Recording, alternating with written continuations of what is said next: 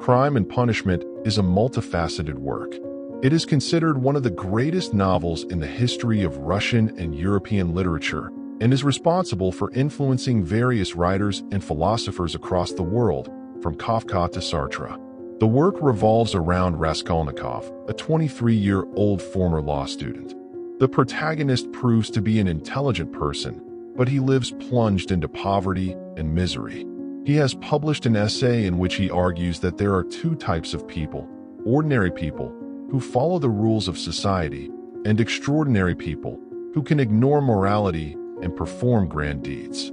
One day, in his dark and dilapidated room in St. Petersburg, Raskolnikov realizes that he can test his theory and, at the same time, escape poverty. He decides to kill an old pawnbroker named Alyona, an old woman who lends money to the poor, but at very high interest rates.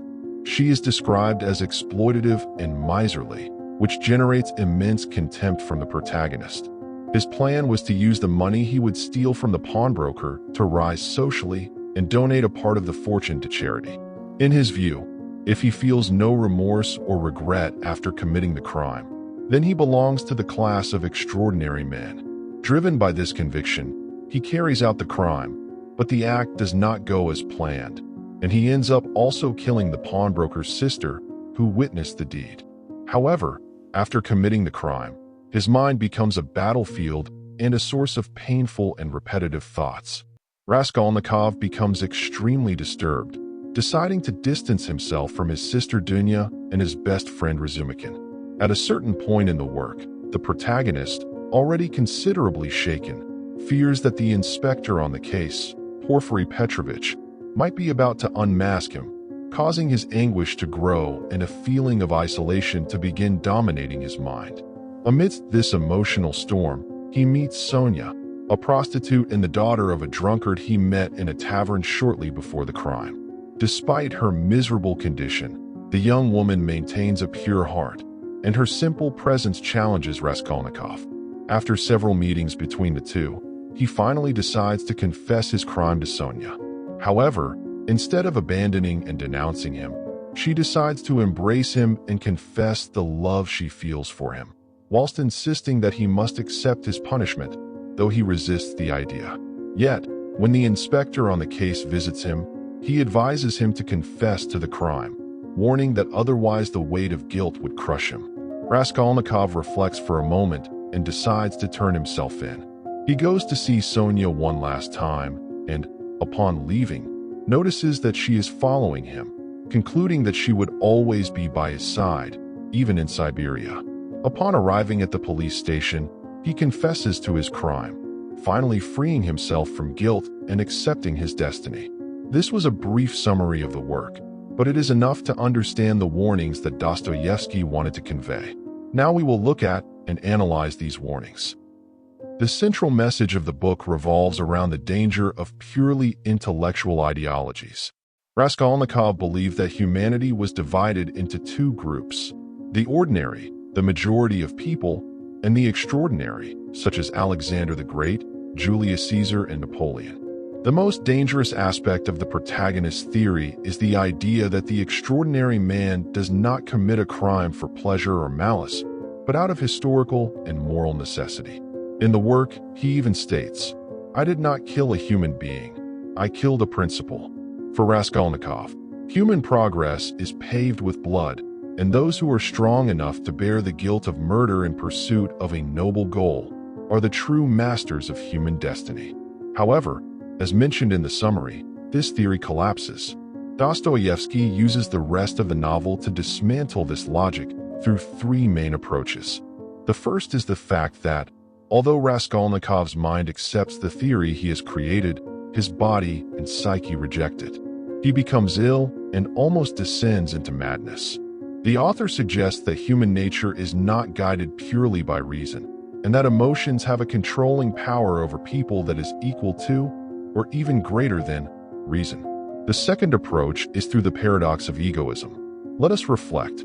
If all extraordinary men decided what was right and wrong, the result would be absolute chaos rather than progress.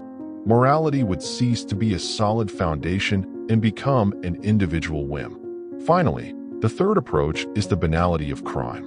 Raskolnikov wanted to be a new Napoleon, but after committing the crime he chooses to hide, fleeing from the investigating inspector and feeling more like a worm than a master. He discovers that the crime did not elevate him, but instead degraded him. In his work, Dostoevsky anticipated, years in advance, what modern psychology would later reveal, by showing that the human being is not a purely logical unit, but rather a battlefield between reason, emotions, and impulses. Raskolnikov's punishment is not fear of the police or forced labor in Siberia, but self-annihilation. At the moment he kills the old woman, he becomes completely disconnected from humanity. He can no longer show love for his family or speak to his best friend without feeling a deep sense of nausea, not towards them, but towards himself. For the author, the worst of all hells is the inability to love others and oneself, and crime is the perfect passport to that fate. After the protagonist of the novel, the most significant character is Sonia. Throughout the book, she proves to be the most Christian character in the purest sense. As mentioned in the summary of the work, she is a prostitute willing to sacrifice her honor in order to prevent those she loves most from starving. By contrast, Raskolnikov chooses to commit the crime not out of love or nobility, but in order to feel great. In other words, Sonia Marmeladova is proof that a soul can remain pure even in the midst of extreme misery and degradation. During one of their meetings, Sonia reads to Raskolnikov the biblical story of Lazarus, the man who returns from the dead. This reference is nothing more than a metaphor. Raskolnikov is dead inside, and repentance is his rise and walk. In Dostoevsky's philosophy, pain and suffering have a purifying value. At the end of the novel, when Raskolnikov goes to Siberia, the physical punishment he endures is, ironically, his moment of greatest freedom. By accepting his punishment, he finally stops fighting against his own conscience and begins a slow process of becoming human again. The greatest lesson of Dostoevsky is that human existence cannot be reduced to a mathematical equation.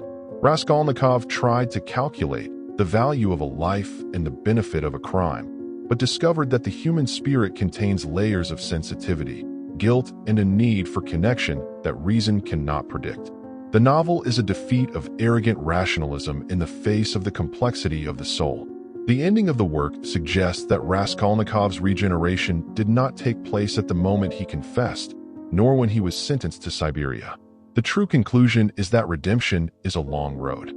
Dostoevsky ends the book by saying that this could be the subject of a new story, indicating that error does not define a man forever, and that suffering, when accepted, can help rebuild a person's character.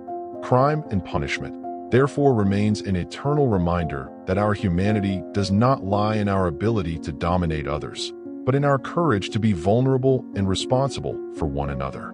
After following this journey with Rodion Raskolnikov, would you say the novel is more of a warning about the dangers of the mind, or a message of hope about the strength of the spirit?